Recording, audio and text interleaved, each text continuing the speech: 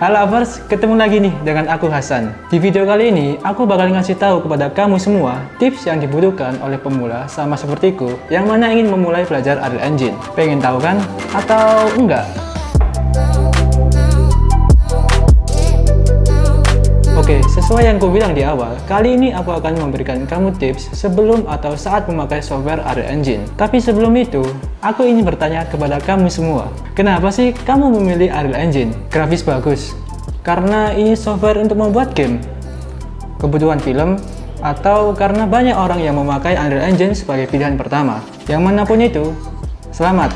Kamu sudah memiliki salah satu syarat untuk memakai Unreal Engine ini. Karena semua itu berawal dari ketertarikan kalian terhadap software ini. Entah itu karena grafis bagus, atau software pengembang game, sampai kebutuhan untuk membuat film kamu. Itu sama saja. Yang terpenting adalah niat dari dalam diri kalian. Oke, gak pakai lama, aku akan memberikan kamu tips yang mana selama ini aku pakai saat memakai software Unreal Engine. Yang pertama, mau visual bagus atau rendah itu tergantung keadaan. Maksudnya, tentukan dulu apa yang ingin kalian buat dengan project kosong itu. Jika kalian memilih just visual render aja, maka lebih baik kamu gila-gilaan di project itu. Maksudnya gila-gilaan di sini adalah dari segi pemilihan tekstur, objek, bahkan render, aku saranin kamu untuk memakai kualitas yang sangat tinggi. Karena di sini kamu nggak perlu memikirkan bagaimana pendapat orang. Cukup buat saja yang kalian ingin buat dan curahkan seluruhnya di dalam project itu. Akan tetapi, kamu juga harus lihat dulu bagaimana performa PC yang kamu miliki. Kalau nggak memungkinkan ya jangan dipaksa, nanti bisa. Lalu, jika kamu milih untuk membuat sebuah game, aku saranin kamu lebih memperhitungkan lagi soal pemilihan tekstur dan objek. Kalau kamu buat game PC, kamu boleh gila-gilaan juga. Tapi, aku saranin kepada kamu untuk memakai kualitas medium aja, sekitar Full HD atau enggak 2K. Itu untuk game PC. Bagaimana kalau game Android? Tentunya kalian juga bakal lebih effort lagi kalau masalah game Android. Jujur, karena selama ini hal yang paling aku hindari itu membuat game Android. Memangnya kenapa? Ya, seperti yang aku bilang tadi, selain memakai software Unreal Engine, ada software tambahan yang harus kamu gunakan juga. Contohnya kayak Visual Studio, Android Studio, Java, dan lain sebagainya. Kayak itu juga, kamu harus menurunkan kualitas tekstur kamu hingga terendah. Agar game yang kamu buat itu, jika dimainkan oleh orang, nggak ngelek-ngelek amat. Dan masih banyak lagi yang harus kamu perhatikan juga. Lantas, bagaimana dengan game Android yang ada di luar sana? Kok bisa bagus dan realistik ya? Aku nggak tahu bagaimana cara mereka menguas hal itu. Karena selama ini, aku masih mencari bagaimana mereka melakukan hal itu. Dan jika kamu tahu caranya, mungkin kamu bisa tulis di kolom komentar ya. Kita mungkin bisa berdiskusi masalah itu. Tapi, jika ada kesempatan, aku bakal membuat tutorial untuk kamu gimana sih cara developing game Android yang paling gampang. Oke, yang kedua, masalah aset. Ini adalah hal yang paling harus kamu perhatikan. Aku bukan seorang 3D modeling, dan nggak bisa bikin aset. Lantas, apa yang harus aku lakukan? Ya, jawabannya ya cari aset sendiri. Entah itu di web, komunitas, marketplace Epic Game, dan lain-lain.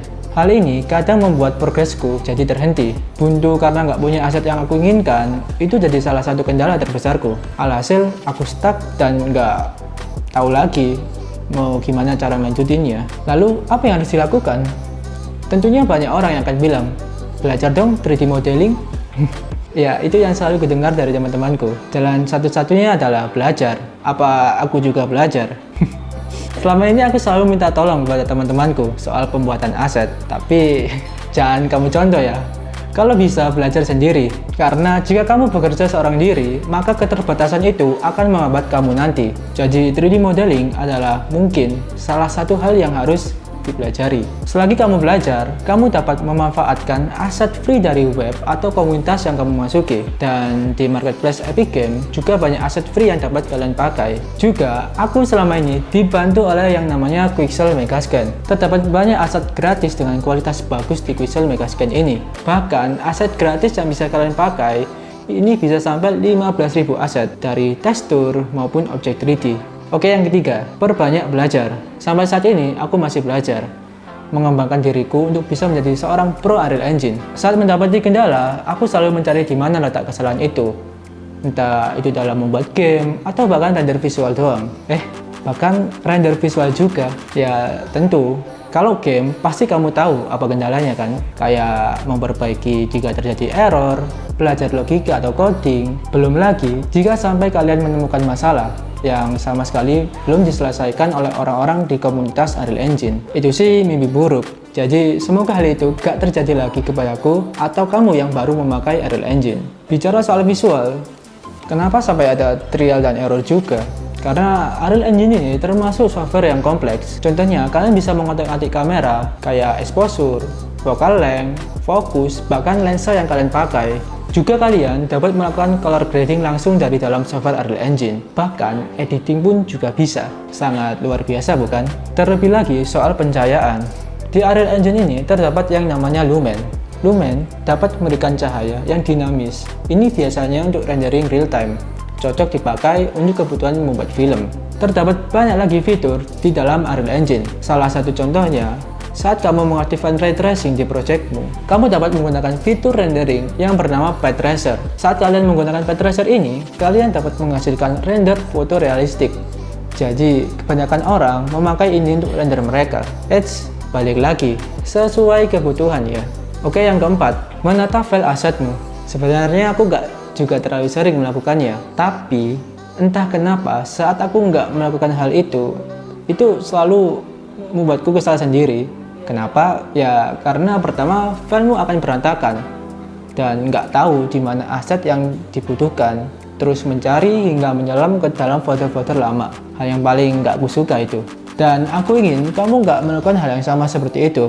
Jika bisa, buatlah satu folder yang mana di dalamnya kamu buat folder lagi dan menamai folder itu sesuai project yang kamu miliki. Ini akan membuat kamu mudah mencari aset yang sudah kamu download di web atau komunitas yang kamu miliki. Jika suatu hari nanti kamu butuh aset yang sama, kamu tinggal cari folder sesuai dari project yang kamu buat saat itu. Oke, mungkin cukup segitu dulu tips yang kuberikan kepada kamu. Semoga tips tersebut dapat membantu kamu di kedepannya nanti. Jika kamu punya tips yang lain lagi, tinggal tulis di kolom komentar.